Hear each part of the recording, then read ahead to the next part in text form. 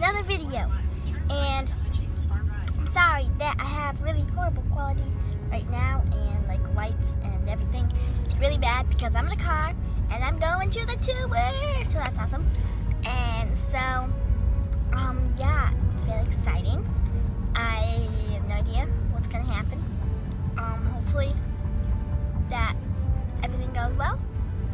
And yeah, I don't know, but I'm excited.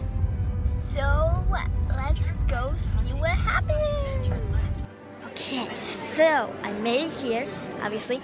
I'm here now, and there's a lot of people here, but I'm not gonna show you any of the faces because I don't know if they want to be on YouTube. But I'm waiting. It's like, what time is it, Dad? Dad, what time is it? Okay, well, it's past the time, but it's fine. So we're just waiting for everyone to get here, and then I guess Shannon Messenger will make a speech or something. I don't know, so we will see. Maybe you can grab that one right there, or I could just hold this. Why don't they just hold it? I don't know if that's what you get. It's better to take the pictures. You can always scoot our chairs a little bit.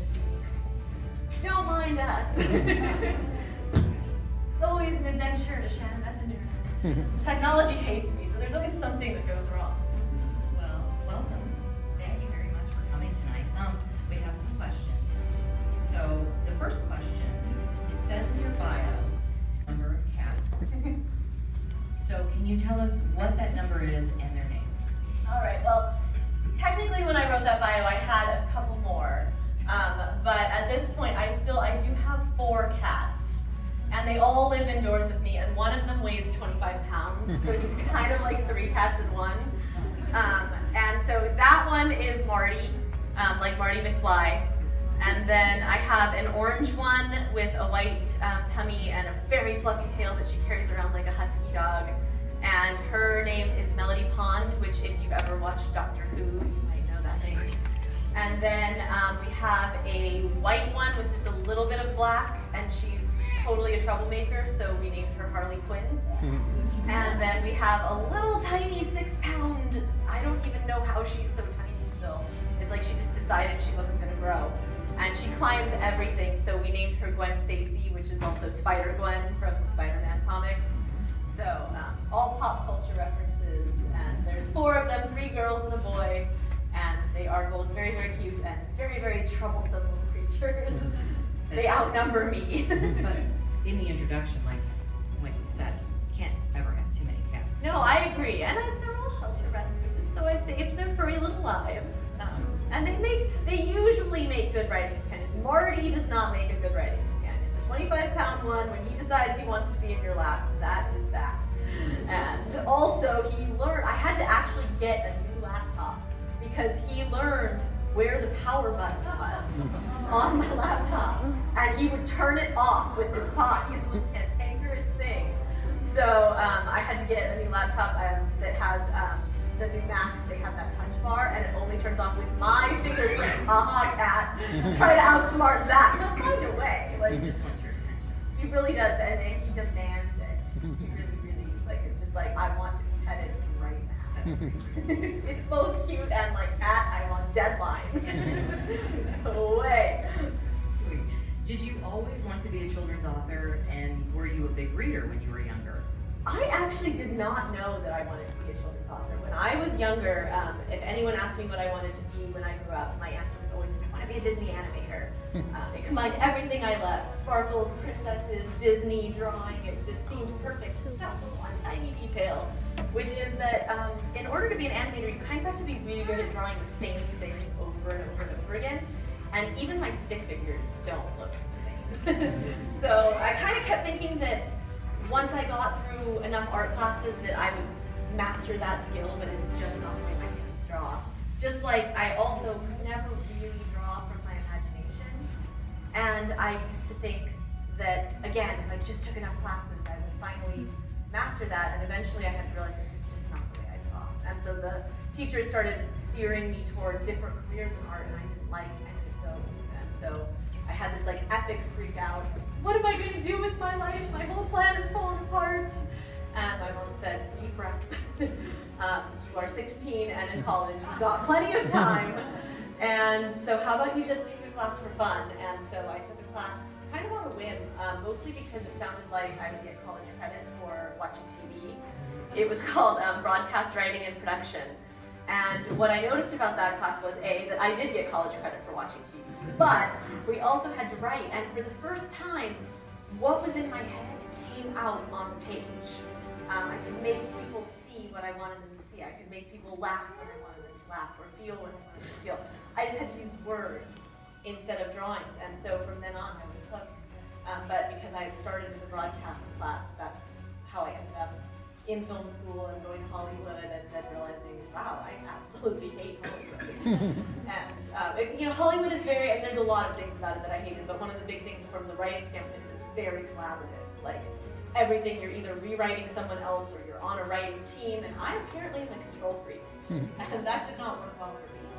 So I left Hollywood, and then I sort of had this time period where I just took a day job and tried to be practical and I missed writing. And so then there was like that moment where it's like, you know, there are other things, you know, book things.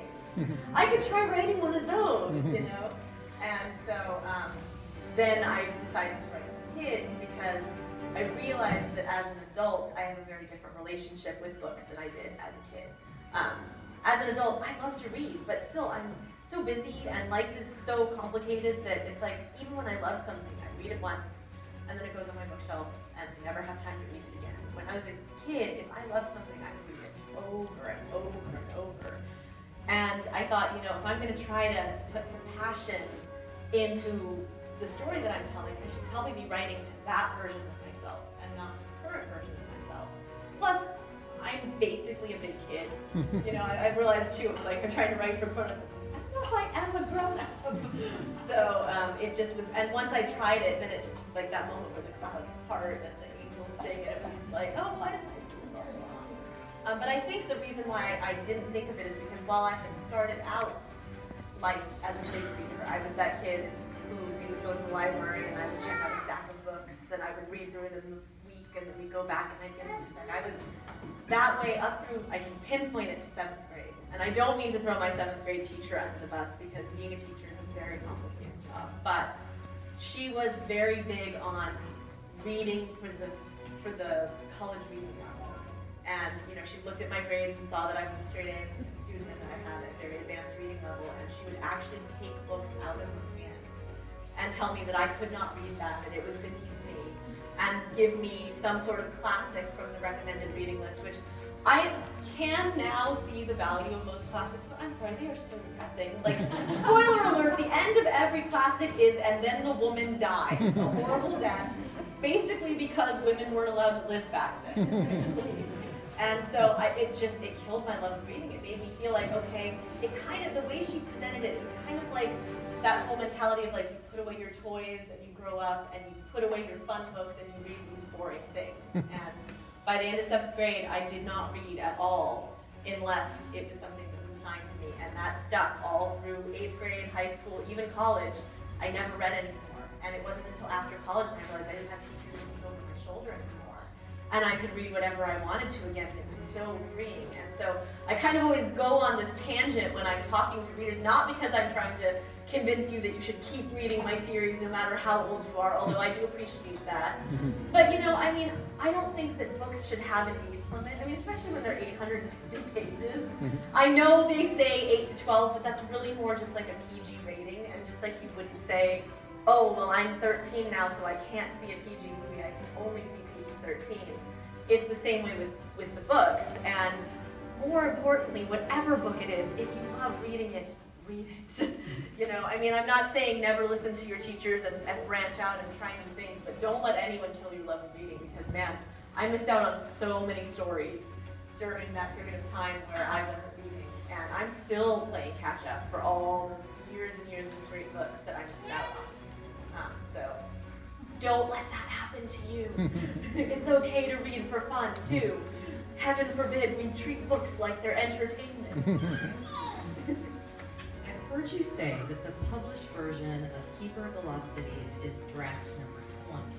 So I'm curious, what was it about the story that made you keep going through all those revisions instead of moving on to a new idea?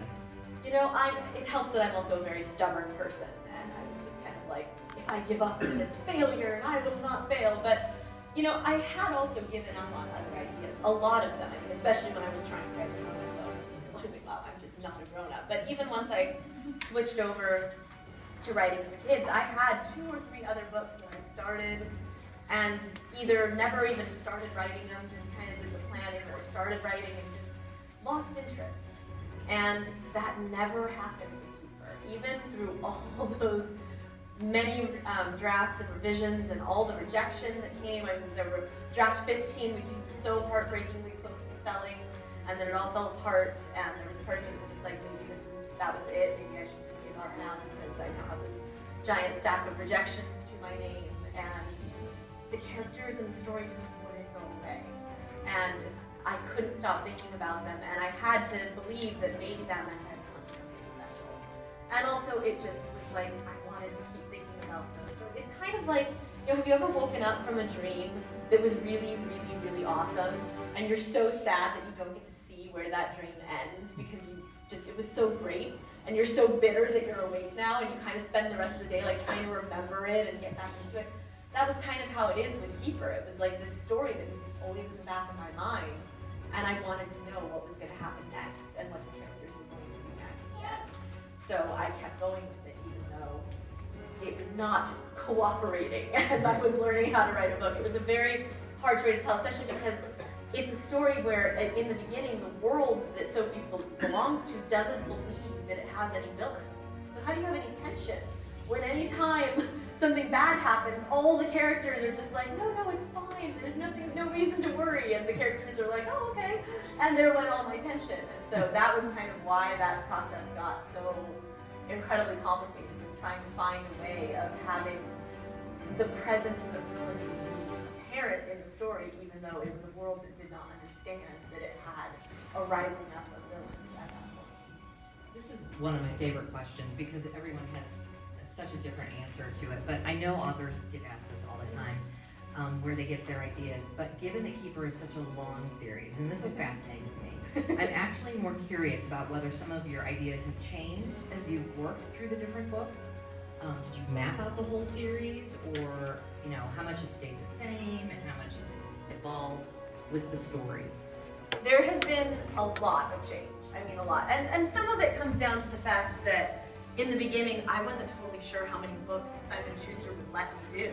I mean, I knew I had this big idea that would ideally go lots and lots of books, but I also knew I was a debut author and they weren't going to be like, hi, here's a 10-book deal. So I kind of had to break the story into pieces and figure out, okay, if I get this many books, then I will tell this piece of it, and if I get this many books, then I'll tell this piece of it. And now I have 9 books under contract, and Simon & Schuster has actually tried to convince me to put the 10th book under contract, and when we were having that conversation, I hadn't written even a word of flashback yet. And I was just like, I don't know how much story I have left because I have changed everything so many times that committing to a 7, 8, 9, and 10, I don't know. And so I just had, like, can we put a pin in that idea and just let me write 7 and 8 and then see how much story I have left? Because I want to make sure I end the series on a high. I think we've all had a series that we read where the last one felt like thin, like there wasn't as much as some of the other books, and I don't want to do that. So I was just like, if I contractually obligate myself to book 10, then I have to do it, and what if I don't have enough story? So odds are I tend to sit down and start out with like the list of, I will do all the things, and then I get through the end of the draft and it's like, I did half the things. So odds are there will still be a room for a 10th, but I just didn't want to contractually commit to it in case, I mean, that was a lot of books that still had to be written, so we will see. But a lot of it has also come down to the fact that your first ideas aren't always your best ideas. I mean, I wrote down like this would be the major arc and the major problems and stuff, but along the way I've learned like some of the things that I thought would be scary about my villains weren't necessarily as scary as I wanted it to be. It was like, yeah, these guys need to be a lot more evil. And once they get a lot more evil, then that changes the way that my characters sort of react, and that changed a lot of things.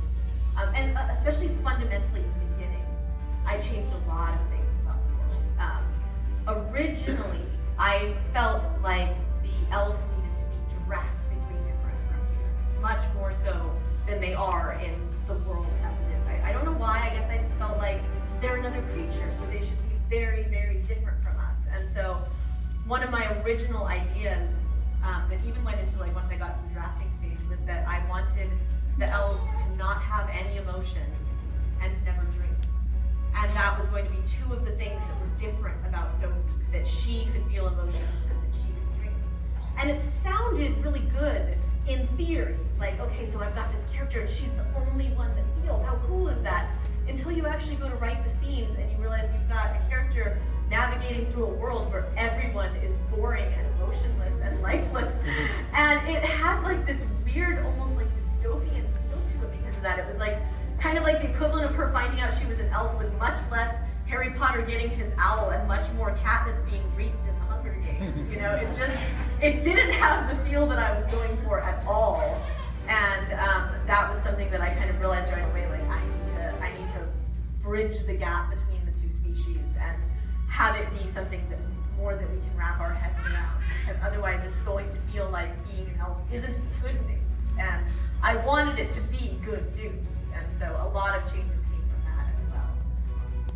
Now, what was it like being in such an enormous world?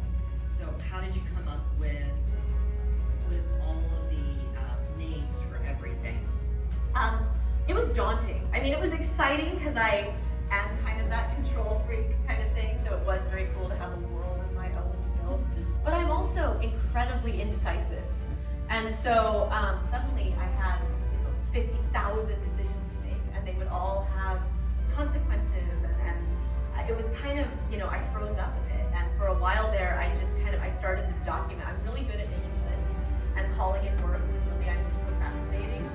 And that was kind of what I did. I made this list and I called it Things I Need to Figure Out. And it ended up 19 single-spaced pages in a Word doc. And I finally realized, like, I'm never going to get, it was all, like, what is their food? What is their clothing? What is their, and so when I stepped back and said, okay, I could do this forever and never get anywhere. So how about I just try making one big decision and then think through the logic of that. And so the first big decision I made was that I wanted the world of the Lost Cities to feel global, to feel like it wasn't just in one spot on the planet, like it was everywhere, all around us. And so I realized by making that decision that one of the biggest things I needed to figure out first was transportation. Because otherwise it's not believable that like one kid could be on one side of the world and one kid could be on the other side of the world and they could both make it to school in the morning. So I had to figure out a means of transportation, and so my next decision was light leaping.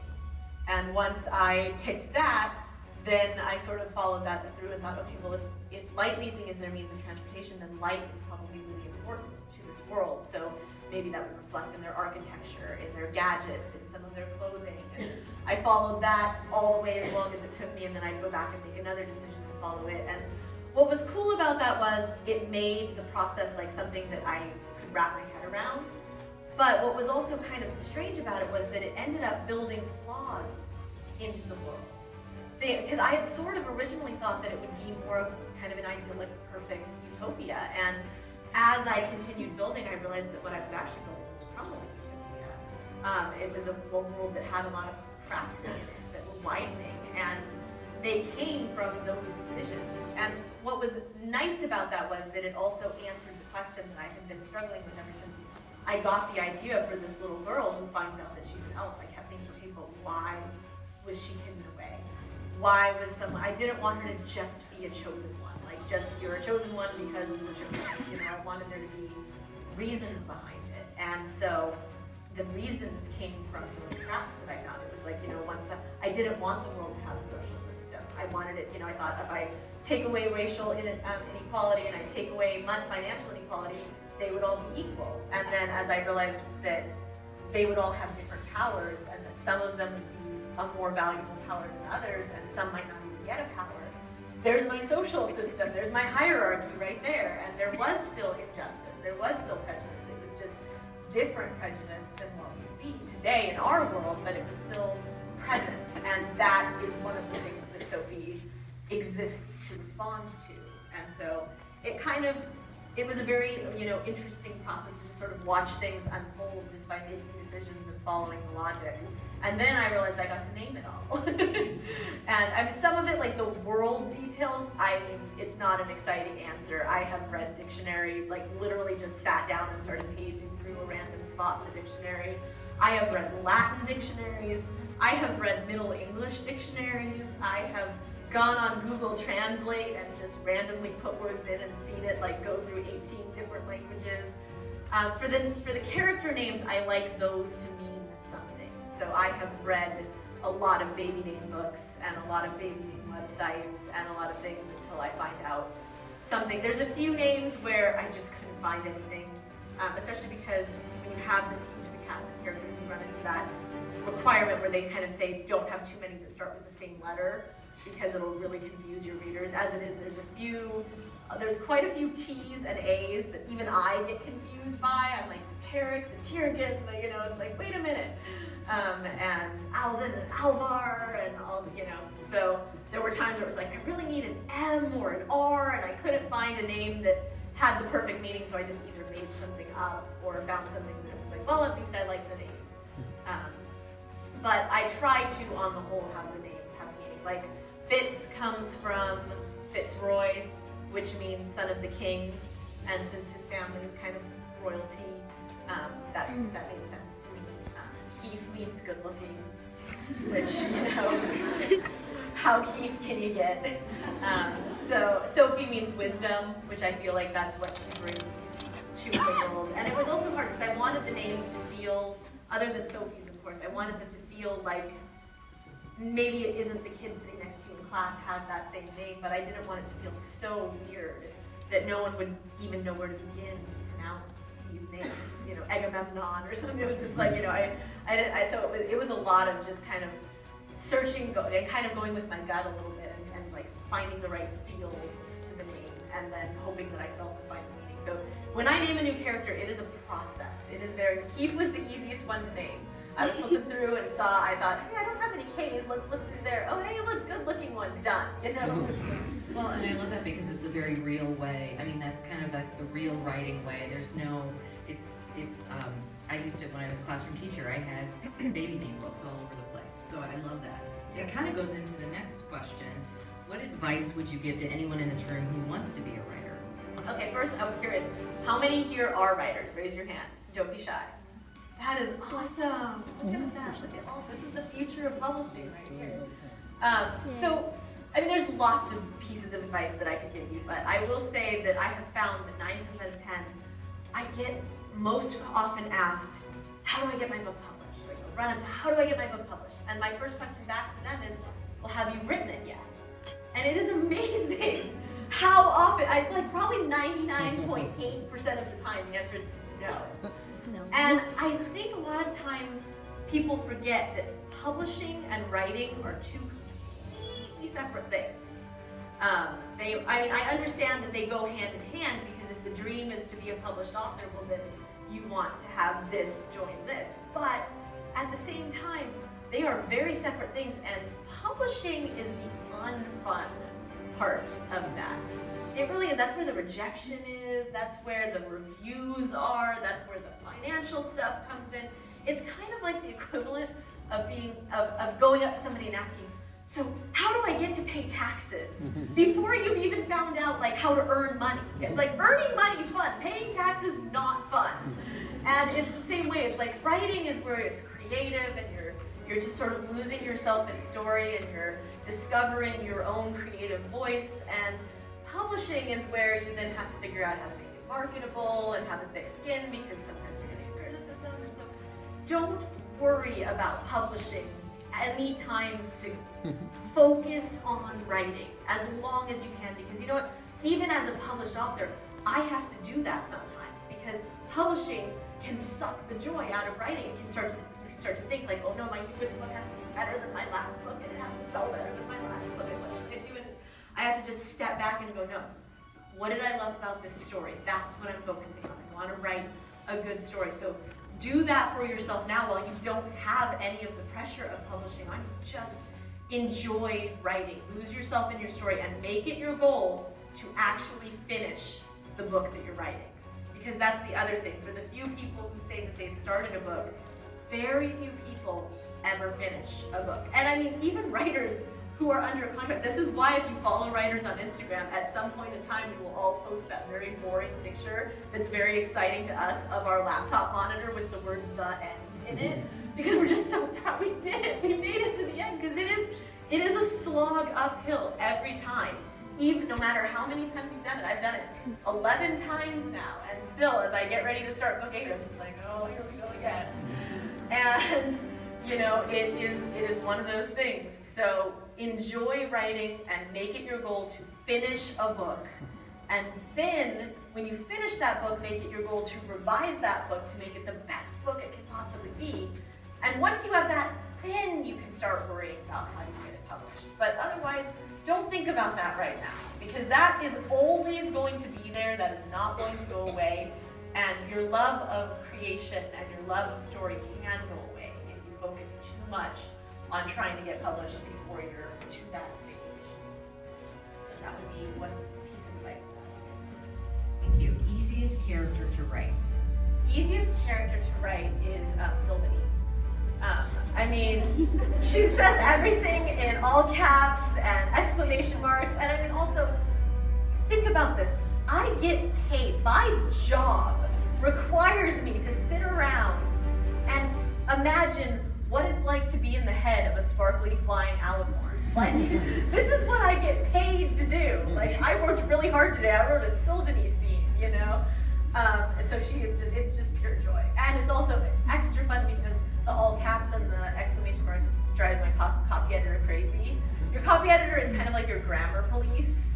So they're always the ones, and they're the ones that, like, they save your life a million times over. They catch so many mistakes, and you want to hug them, but you also want to strangle them because they also call out all these things, and you're like, all of a sudden, as you're working through copy edits, you're like, did I really just spend an hour staring at a single comma? But I mean, you do, because you're just like, why are they telling me I need to put a comma there? I don't want a comma there. There shouldn't be a comma there. I don't like the comma there, but they're telling me I need to put a comma there. And you eventually decide that you apparently know nothing about commas and copy editor wins. So, and the one time you ignore it, then the next like proofreader stage, they're like, you missed a comma here.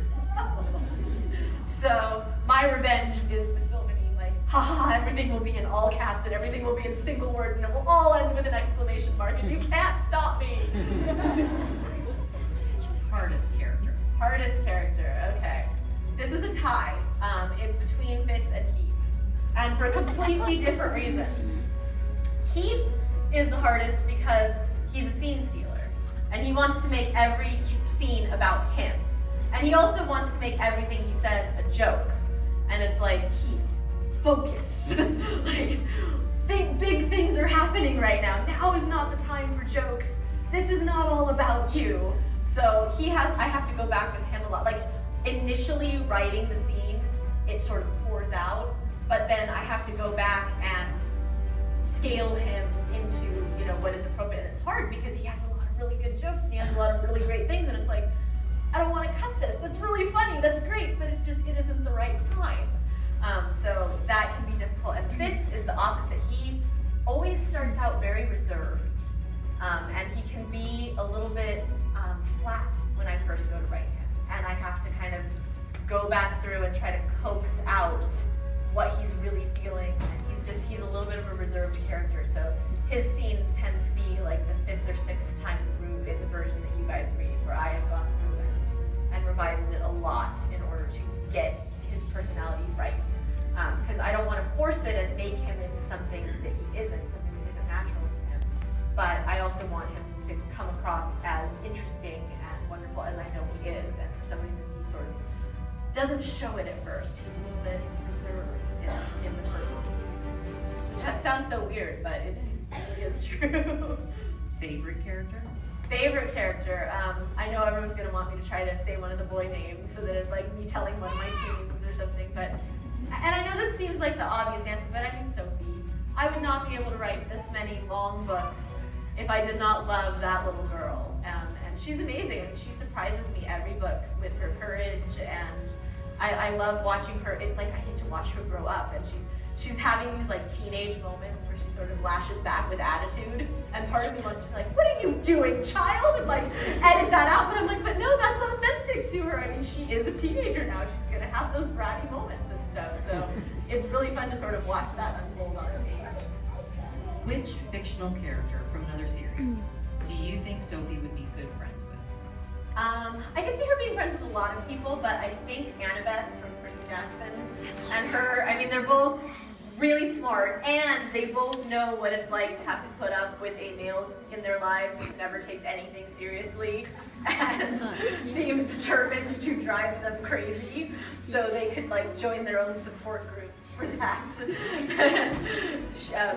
So we can help Annabeth deal with Percy, and Annabeth could help Sophie deal with Keith. I saw that you let your readers vote for Iggy's color in every book. How did that come about? And do you know the color options readers will be picking for your book 8? You know, it's funny. Very few times as a writer am I able to sort of listen specifically to my readers, because the problem is there's a lot of you guys and you all want different things. Like it's why, well, one of the reasons why I had to stop reading fan mail. The biggest reason being that writing books this long on a book of your schedule is almost impossible, and so there was no time for reading fan mail anymore. But it was also like I would open one email and it would be like, please, you have to make this one thing happen or my life will be over and I'll hate the series and everything will be awful. And then the next email would be like, please, you have to make this completely opposite thing happen or everything will be awful and my life will be over. And I'm just like, well, now what do I do? You know? I can't please everybody. So there are very few times where I'm able to like listen to a true suggestion from a reader. And Iggy was one of those. I had changed his color in book 2 to pink, and I had made when I did the first book, I made a little art print of what Iggy looked like, and so when I did the second book, I made a little art print of him pink. And there was a girl at my launch party who had been at the first one, and so she was taking the postcard with the pink Iggy, and she asked me, she goes, so what color is he going to be in book 3? And I was like, that is a really good idea. A, then I know what my postcard will be, like then I don't have to figure that out. And I'm like, that would be fun, it could be like a tradition. And so I asked her, okay, so what color do you think he should be? And I should mention, she was wearing head to toe purple. So I thought I knew, but she knew. Like she grabbed the table and like leaned forward and went, orange. I was like, okay. So Iggy became orange in Everblaze, and I wish I had thought to get her name. I thought I would see her the next year, but they must have moved away or something, and I didn't see her. So I don't actually know who she was, but yeah, it was her who inspired me to do that, and that's why when it was time for the 4th book, I just decided to put it up on my social media. I kind of did it really informally. I just kind of put it as a question on Facebook and let people nominate colors, and the color that got the most likes was when someone had said TARDIS blue. So I apparently had a lot of Scoobian fans. I wasn't sure that I could put the word TARDIS into the book without running into upsetting the BBC. So I just called it blue. But then after that I decided, you know, this could get complicated, so I started doing it more like a poll. And so I don't know what the choices will be this year, because my publisher gives me some input into that as well. So I don't know what they will be, but I know that I will not be the one deciding, it will be you guys, and it'll probably happen around January or February or so. So if you're not following me on Instagram, and if it's not because you don't have Instagram, then I would recommend following me, because if you want to vote for a color, then that will be happening. And I think it's so cool that it's like one thing that readers get to choose in the books every year. You guys get to help make one thing of the Keeper series happen. So and it's funny, I really thought this year was going to be red. Because out on the road last year, I had heard so many people think, you should make Iggy red. And so that was the choices. My publisher chose red or yellow, and yellow won. I was like, oh, where were all those red fans? Apparently not on Instagram. So yellow sparkles for the win. I have to ask the question I'm sure everyone in this room is wondering. Can you tell us anything about book 8? Yes. Okay, well, other than the fact that I have not written a word of it yet. Don't tell my editor. No, she actually knows. I don't know the title. I don't know any of that stuff yet. I can say, and I'm going to say this with the warning ahead of time, I do not recommend flipping to the back of the book when I say this, but it's going to have a lot to do with the last sentence of flashback. But I don't recommend reading the last sentence of flashback ahead of time, because it really ruins a lot of flashback for you. So how many of you have finished Flashback and know what I'm talking about? And you're not throwing things at my head yet, so that's good. Is there rotten fruit that has not been hurled yet? I've been having people like tweet pictures of themselves crying, and like, I had a dad who was like, my daughter just threw your book across the room. I'm assuming this was intentional. I'm like, kind of. It's funny because that was something, it was one of those things that I wasn't trying to keep it hidden. I thought it was pretty obvious. And there have been other reveals in the books that my readers have caught on, and I've been getting emails about it saying like, this is gonna happen, huh? You know, and that one nobody ever noticed. And I kind of thought when I put it in at the last sentence that people would be like, oh yeah, I had wondered about that, but apparently no, everybody has been shocked and crying, and I kind of secretly love it. I mean, I didn't realize it was as evil as it has turned out to be, but yeah, so if you haven't read Flashback yet, just brace yourself in the last chapter. There's something that's coming. And I mean, obviously there's going to be a lot more in the book than just that, but that is, you know, something big that we're going to deal with. A third book. Do we have time for the lightning round? Yeah. Okay. I'll keep my answers now. Are you ready? Yes. All right. Hogwarts House or Patronus? Hogwarts House is Ravenclaw, and Patronus is an otter. And those are actually from Pottermore. Yeah. Favorite snack while writing? Gummy bears. Yes. Favorite cupcake flavor? Chocolate. Which elven ability would you want? Teleporting. Especially, I got up at 3 a.m. this morning to catch my flight, only to then have it be delayed by a lot. Custard bursts or Malamet? No. Custard bursts. Do you write at home or in public? Oh, definitely at home, because I cry and laugh at myself as I'm writing, and so people would worry. They would call me authorities. All right, and so at this point, I'm going to play a game with you guys now. Now, I have never played this game in St. Louis, but I don't know if it has been talked about online. But I'm going to go over the rules for it just in case you do not know. So I feel like an author's job, if you really think about it, because I write fiction, an author's job in some ways is to lie to their readers. What? And convince them that it's true. So we're going to play a game to see how good you guys are at recognizing when I'm lying to you. So I'm going to say a statement, and then I'm going to have you raise your hand if you think I'm telling the truth, or raise your hand if you think that I'm lying. And I promise you, you're not going to hurt my feelings if you raise your hand to say that I'm lying, because I will be in some of these. So don't feel shy about that. Don't feel like, oh no, I'm being mean. You're not being mean, I'm being mean. I'm lying to you. So call me out on it. Okay, so first truth/lie. Fitz was originally 97 years old. How many think I'm telling the truth? How many think I'm lying? I hope not. No, I'm telling the truth. What the heck? Why? Yeah, remember how I said that the elves were supposed to be a lot different from humans? Another thing that I had come up with was that I knew they were going to have this very long lifespan, and so originally I was thinking that the whole lifespan would be stretched out. And so like you wouldn't be a teenager for 9 years or 8 years, however many it is, but you would be a teenager for like 200 years or something like that.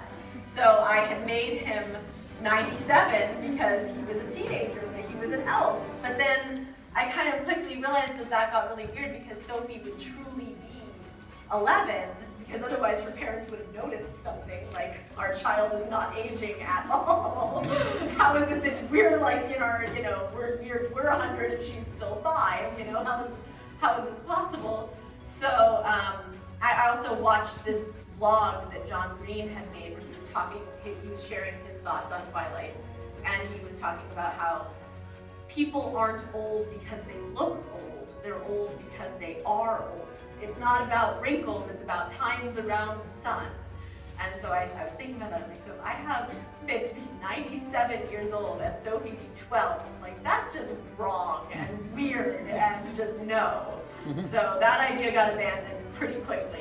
But yeah, in fact, I had actually forgotten about it, and when I was digging through all my old journals trying to find surmise from this game, I found that note and I was like, seriously? I was going to make Fitz 97 years old? And then I read the rest of my thoughts and I was like, yep, I really was. I had a logic there, Okay. Next truth/lie. Now that I've written flashback, I actually finally know who Sophie is going to choose. Wait, what? How many think I'm telling the truth? How many think I'm lying? I don't even know what that means. Those who said that I'm telling the truth, was that just wishful thinking? Yeah, I'm lying. I don't know. I intentionally don't want to know. I'm scared. Because I don't want to pre-decide. Because I feel like emotions are something that I shouldn't try to control. I feel like those are something that gets shaped by everything you go through. And Sophie still has to go through a lot. I mean, she has to almost die a lot more times, guys. There's at least 2 more books. I mean, the girl's gonna end up in the healing center a lot. Yes. And, that's the kind of stuff that's going to change her. And there's things that are probably gonna happen to other characters as well. And so all of that is going to shape them into something where I'm not sure that I can predict exactly how the relationships will go down. I mean, I have my theories, but until I really see how it all plays out, I don't know if I'm right, because my characters do surprise me. So I would be discovering, I mean, for all I know, Sophie would be like, I'm done with all the books. Like, I'm just done with you all. Who knows? But I'm going to discover it, like, in the moment, as I'm writing it, will be when I discover it. And so I don't actually know. I am curious, though. So how many here are Team Fitz? Okay. How many are Team Keith? Well, it's weird that they seem to be like more Team Fitz on this side and more Team Keith. Like, did you guys separate? Like, you cannot be here. Is this the neutral zone? Like, protecting? I don't even know funny what's is that? happening. Okay. I'm on the 3rd book. All right. So next truth/lie. Dex was originally white blonde. How many think I'm telling the truth? Probably. How many think I'm lying? I'm actually telling the truth. Yeah, and it changed way later down the road. His hair color changed when we got the cover for book 1. This is something that a lot of people don't realize, is that authors, we don't get tons of input into our covers. In fact, I'm very lucky that I get as much input as I do. A lot of authors I know, they just sort of get their cover. It's like, here it is, don't you love it? And even if they don't, that is their cover. But my editor lets me be involved. And she sent me the comp ed, but it was also very clear there were things outlined. It was like, we're going to change this and we're going to change this. We love the lantern, we love this, we love that. And by the way, you have to change Dex's hair color. And I was just like, oh, why? And the reason was because they looked like siblings, with them both having the light blonde hair. They looked like brother and sister. And there is a whole category in middle grade called sibling adventure, and that is not what Keeper is. And so they were worried if they had a cover that looked like sibling adventure, then it would be that people would pick it up and expect it to be something that it's not. And so she said, you could choose to change Sophie's hair color if you'd rather, but I figured you'd be more comfortable changing Dex's hair color. And it was still really hard for me. That's why he's strawberry blonde, because I couldn't picture him with dark hair. I just couldn't. After all those years of him being with this light kind of taupe-head blonde hair, to have him dark hair was just like, nope, that's not happening. So in my mind, I picture him with a little bit lighter of strawberry blonde hair, even than what's in the art. But that's just because I'm still clinging to the old hair color that Dex had from before the cover changed everything. Okay, next truth/lie. I accidentally gave one of the families in the series 2 last names. How many think I'm telling the truth? How many think I'm lying? you guys know me well. Yeah, that was, I totally made that mistake. And it was all my fault. Like, completely my doing.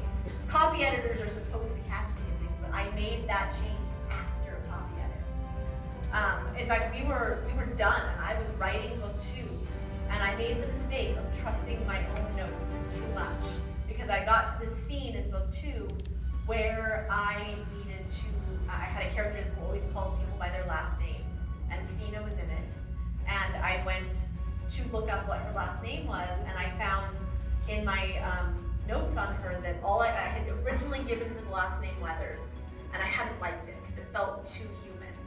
And I had made a note to myself of that, like, I need to come up with something better, and then I'd never written anything else down. And so I just kind of saw that and thought, I must not have come up with anything. And I went to the draft and I searched for letters to make sure that I hadn't just decided, oh, it's fine, let's go with it. Letters wasn't in there.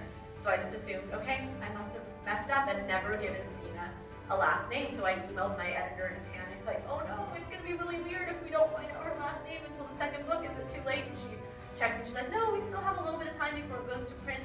So if you could just come up with one sentence somewhere that we can squeeze it in. So I picked a name, we squeezed it in, it went to print, it went out in the world, everything seemed fine. I finished writing book 2. Book 2 went to copy edits, and I got my copy edits back, and there was this big, ugly red note on the front, like, why are you using the last name Logner? Their last name is X. And I'm like, as soon as he said it in the note, I was like, I do remember giving her that last name. But I had already put in Logner. So we have since, I believe, taken it out, but some of these original printings, it's still in there. And I think for a long time it was in some of the Kindle versions, and it ended up in some of the foreign translations. I just last week saved China from doing it. My Chinese translator, because the languages are so different and she's trying to figure out what to do with all these funky words that I've invented, she's been consulting with me a lot. And so she had emailed me and was like, I'm confused. I thought Stina's last name was X. What is this Logner thing? I'm like, don't put Logner in. Save yourself. In fact, as I'm saying this, I'm realizing I need to save Russia, because I think Russia's working on it right now. And I bet they have the Logner version as well. So the moral of this story is I should not have trusted myself, and my editor should not have trusted me. Never trust the tired author. We don't know what we're doing. Okay, I think we have time for just one final truth/lie. So, okay. I haven't told you what the Great Gulan Incident is because I don't actually know what the Great Gulan Incident is. How many think I'm telling the truth? How many think I'm lying? Of course I'm lying! I know what the Great Gulan Incident is! I have to know what the Great Gulan Incident is. That's why I mean, there's like, I don't know the emotional stuff, but all that kind of stuff, I have to know what it is. Just like I know who Sophie's biological parents are. You guys think I could feed this many books into the series and not know that? And just like, what, I'm just gonna pick randomly? You're her parent. Done. I mean, I have to know these things. I just don't have to tell them to you guys until I want to. Oh, sorry. Now, the Great Gulan Incident, I'm not holding back because I'm being evil, although it is kind of fun, I'll admit. But I'm really holding it back because, you know, the thing about that is what's called backstory. You know, there is no way that that will ever have anything to do with the current plot that's going on because it's something that happened in the past. So if I were to give you the explanation in the book, I'd give you like a paragraph, and I'd be lucky if I could get even that much in. I'd probably only be able to give you like a couple of sentences, because it would be like, Shannon, this is backstory, move on. And that is not going to do it justice after all these years of you guys wondering what the Great Gulan Incident is. 2 sentences of, oh, it's this, is just kind of like, wah, wah. So what I'm planning to do is, and Simon & Schuster has actually agreed to this, is I'm going to write it as a short story that will be from Keith's POV. It's going to be in a collection with a few other short stories that I get requested a lot. I don't know when this is going to happen. There will be news about it once it's all finalized and we pick the release dates, and we have to figure it out based around all my other deadline schedules and everything. But yes, I will share it with you. You will get to live it and really enjoy it, but you're not going to probably ever get it in the actual series because it will be so it's going to be like a separate supplemental thing that will be super fun, I promise. We make it really cool. And I think that is all we have time for. So before we get to the book signing, I need to get a crowd shot. It's for my social media. So if you are not comfortable having your face or your child's face on my social media, either duck down or hold your book in front of your face. Otherwise, I'm just going to assume that you guys are okay with it, and because this is going to go on my social media. And it helps if you hold your books up, because that makes my publisher very happy. Like, see, there were people here and they had the book. Okay, well, that was a great speech. Yep. But now I'm waiting for the signing, so yeah. Okay, I am now in the line for like a long time from last time, but that's okay. And so I gotta wait again till I get there, but I'm in the line, so yeah, for the signing. Hello, you are Noah? No, that's my friend. She's in Australia. Oh, okay.